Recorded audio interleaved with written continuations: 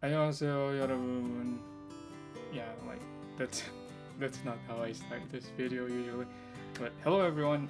This is Rome, and today I decided to produce this video finally because I'm on a holiday today and I have some time to record. You can hear the birds tweeting, and that's fine. Anyway, so for today's video, I decided that I will be sharing with you my story about how I landed a bilingual Korean job in the Philippines. Lately, because I answered a question on a YouTube video about bilingual Korean jobs, some people have been asking me different questions about studying the Korean language, about getting bilingual Korean jobs, and many different questions. So I decided to make a video about it. And so in today's video, I'm going to answer 7 questions that are related to landing a bilingual Korean job in the Philippines. For everyone's benefit, I'm going to speak in English instead of in Korean or in Filipino because I think more people will be able to understand me if I speak in English rather than in Korean or in Filipino. Okay, so yeah, let's get started. Among the questions that I have received from people, the most popular question that they have asked me is, what is the level required to get a bilingual Korean role in the Philippine job market? So, what is the level required? A lot of people are asking me that. There's not one answer for this because different kinds of job would require different levels, and so I would not give you a very definite answer for this one, but instead, depending on the job that you are looking for, then each employer will have different sets of requirements, or they'll ask you to have a certain level. For example, if you're looking for a job that requires you to speak to Koreans, then definitely you have to be at a level wherein you are comfortable speaking in Korean to native Koreans. So I think that's just basic. But if you're thinking about levels as in levels from TOPIK, so there are 6 levels for TOPIK, 6 being the highest, and 6 is like considered to be you're like at the level of native fluency. So 6 is the highest, but mainly if you're looking for a job that doesn't require you to speak a lot, then level 3 is just fine. Level 4 would be a bit better, 5 definitely better, 6 of course that's like the highest, so that would definitely land you a job much easier, but it's not really required. So depending on the job that you're looking for, like there might be people looking for jobs for email support, then that wouldn't require you to speak a lot, but rather just focus on the grammar and sentence structures. So it wouldn't require you too much of a high level for those kinds of jobs. So definitely you have to first decide what kind of job you're looking for, then you'll know what level they're gonna ask you to have prior to recruitment. And nowadays, I think a lot of jobs don't really post what level they're requiring. They're just saying that should be fluent in Korean, and fluent in Korean doesn't really mean anything to a lot of people. I mean, it's not clear, it's very vague. So I think employers have to make this be clear so that people who are looking for jobs will have a much easier time looking for jobs that are appropriate for them as well. So, yeah, I hope I was able to give a satisfactory answer regarding the level that is required to get a bilingual Korean job in the Philippines. But come to think of it, if you say bilingual Korean, then that should mean that you are able to speak naturally and you shouldn't have a hard time handling business matters in the language that you consider yourself a bilingual. So, yeah, all right, okay. Second question. I get this a lot. I think I've already answered this, but anyway, I'll share my thoughts. So, people ask me, how did I study Korean? How did you study Korean? I took 1 semester of Korean class in the University of the Philippines. That's just like basic how to read, how to write, how to introduce yourself, how to say how to ask for directions, the basics. And then after that, I went to Korea. I stayed there for quite some time. I went to a cram school where I had a very intensive uh, Korean class. Like we studied every day for over 2 months, and from there I jumped from uh, level one basic until level three. So I took classes, but via cram school, and then after level three, I continuously did self study. If it's possible for you to get a class, I would definitely suggest that you take a class because it's gonna be different if you're just studying on your own. And studying on your own, it will require a lot of motivation and discipline from you. If you don't have that to begin with, then it's gonna be very difficult. But if you really are so motivated and you don't need others for motivation, then you can definitely study on your own. But yeah, eventually, although you want to go to a class in the beginning, you will come at a point where classes won't help you anymore. So you have to really study on your own. So for me, from the time that I started doing self study, I bought a lot of resource books for studying grammar, um, reading comprehension, and even books, Korean books that are intended for native people.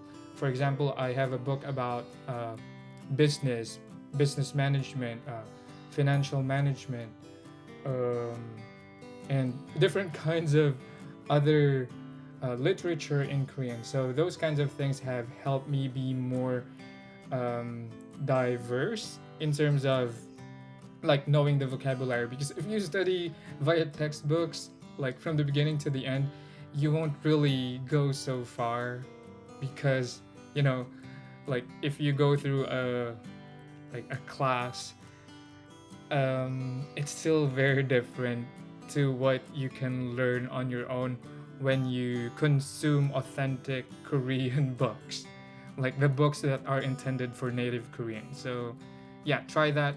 I also Nowadays I also study Korean through K drama, through music. There's a lot of ways to study Korean, really, and maybe I'll create a different video for that, like a more detailed video. But right now, if you're starting, then I suggest that you really take classes. Currently in the Philippines, they have classes in the Korean Cultural Center, but I think the registration is already closed, so you won't get that. But as much as possible, go take a class if you can. But if not, then go self study. There are a lot of free resources online, and they're also good. So you can try that as well. Okay, third question that I have is, what reference books did I use? Well, in the beginning, we used books from Sogang University. I think they're really good in a way that the lessons were structured in progression.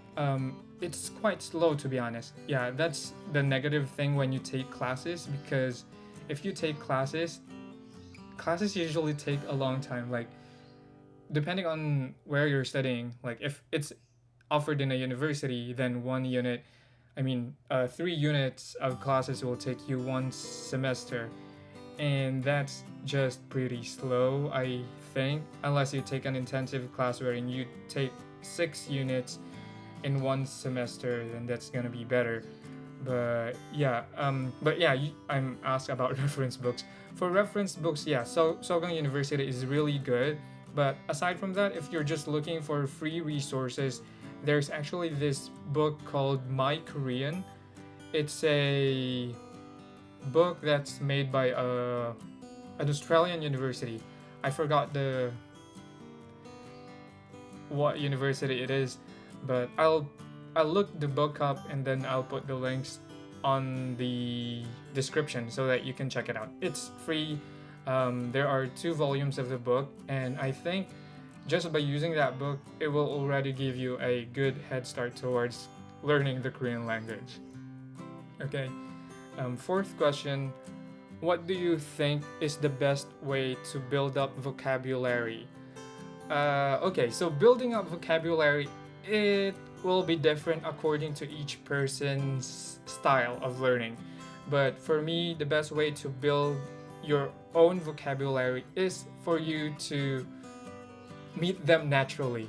Like, if you're gonna think of dating, maybe a lot of people prefer to meet another person naturally, like be introduced by a friend or something like that, not through dating apps. But I don't condone people, or I don't disagree with people who use dating apps. That's okay. It's up to you, whatever you're using to meet people naturally. And the same way for vocabulary words, it depends on you. You want to meet them naturally, or you want to study vocabulary by using vocabulary textbooks, so that's also fine.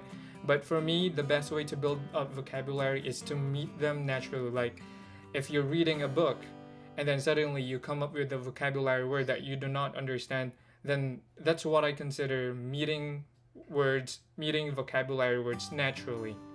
Or maybe you listen to a song and then you hear a word that's very new to you and then you study it. I think that's how you build it. It's going to be a little bit slower, but it's worth it because you will have your own story with regards to the words, and because of that, I think it will be much easier to cement those vocabulary words in your mind. So yeah, I think that's the best way to build up vocabulary. But when you're beginning, then of course, learn the vocabulary words that are from your textbooks. But when you reach a point wherein that's not working anymore, then go consume anything, like watch K drama, watch K movies, listen to K music, read Korean books or Korean newspapers, and yes, learn new vocabulary words from those content. Or even YouTube videos, actually. There are a lot of Korean YouTube channels that are really good. One thing that I really like is ODG. It's actually a clothing brand, but they produce really good content. So if you're interested in consuming Korean content, I suggest that you check out ODG. They have wonderful content, and studying Korean through those videos or those video clips will definitely help you a lot as well. Okay, fifth question. Okay, so I have three more questions. Just stay with me. It's actually hot right now. I'm sweating, but anyway, I'm doing this anyway. I'm doing this for myself. I'm doing this for you. So let's do this. Fifth question is, how long will it take to reach a certain level of fluency?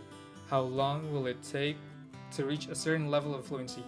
Now, this depends on every person, but I think on average, if you really spend the time to learn the language, 6 months would be sufficient for you to be comfortable handling not very difficult conversations, like maybe catching up with a friend. That would be possible if you study the language for 6 months. But 6 months, given that you're studying intensively, like you're really studying every day, practicing every day, so that's like, yeah, you'll be at a level wherein you can comfortably speak to another person in Korean. However, if you take classes, then like it depends on the class that you're taking. But generally, I think, like for me, I studied Korean for quite a long time now. How long have I studied? I started studying Korean in 2016. It's now 2021, so it's been 5 years. And the learning curve is quite steep, and then at some point you will reach a plateau. I've gone through that, like there's no development or anything.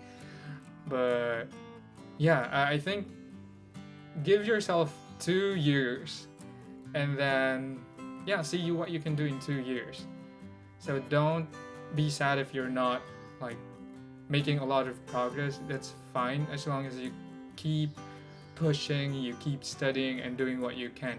And also, like I've been studying Korean for 5 years already, and I'm at level 4, level 5. I still need to take TOPIK again to make sure that I'm really at level 5 already. But yeah, I'd also be curious as to how your Korean language learning journey is going. So let me know in the comments how you're doing, and maybe we can talk together how we can help each other learn Korean better. Okay. Next question is TTMIK really good? Like, talk to me in Korean. Yeah, I think talk to me in Korean is really good. They still have these free content. By the way, this video is not sponsored, but I'm a long time user of Talk to Me in Korean. Like, from the very beginning that I studied Korean, I have always been listening to their podcast. So that has helped me a lot in terms of listening, because listening is a skill that you have to really develop from the onset. So, as much as possible, when you're starting to learn Korean, train your ears already to hear native Korean content. And for beginners, Talk to Me in Korean is really good. They have a different leveling system, so it's not the same as Topic. So, in my opinion, Talk to Me in Korean content will help you from like zero knowledge to up until around intermediate to advanced intermediate. But if you want to go advanced, like really advanced Korean language, then you have to go beyond what's being offered in Talk to Me in Korean, I think. But definitely their content is very good. Nowadays, I'm not really using Talk to Me in Korean because I'm studying through different materials right now. But so I'm not sure if they're developing other courses that will like help you reach advanced level Korean. But who knows? Maybe they do have advanced Korean courses. I don't know. Check it out. Okay, and finally, this is the last question that I'm gonna answer today. How I landed a bilingual Korean job in the Philippines. How did I land a bilingual Korean job in the Philippines? Okay, so how did I do this? Well, I searched LinkedIn. If you're not a user of LinkedIn, I definitely suggest that you use LinkedIn. It's the like premier platform for people who are not only looking for jobs, but people who are like building their career or their career profile or looking to connect with professionals. So if you're still not on LinkedIn, what are you doing? So there's actually a lot of ways for you to look for Korean bilingual jobs. There's even an agency here in the Philippines. I'm not sure if there's only one or if there's more, but there are agencies in the Philippines that can help you look for bilingual Korean jobs. But as for me personally, what I did was I just searched through LinkedIn. I just typed in Korean job, I think. And then I looked through the available listings and found something that resonated with me and something that an industry that I wanted to learn about. And I applied for it. I went through the interview process. The interview process included an interview in Korean via phone call. And actually, when you think of it, an interview in Korean via phone call is much more difficult than an interview in Korean face to face, because then you would have to focus on what you're hearing and not get clues from the facial expression of the one interviewing you. It was quite challenging, but I think I did fine in the Korean interview, and that's why I got the job. And I also got tested in my reading comprehension skills, and I also took a written test. So yeah, so that's how I landed a bilingual Korean job in the Philippines. Yeah, so I guess that's it, unless you have more questions. If you have more questions that I haven't answered on this video, please key in your questions in the comment section, and I'll try to answer them via comments, or maybe if there's too many, I'll answer them by making another video. So I guess that's it, and I hope that to all of you who are interested in landing bilingual Korean jobs, that you just, you pursue what you want to do and always study like to the best of your abilities. Okay? Fighting. 안녕히 계세요. Bye bye.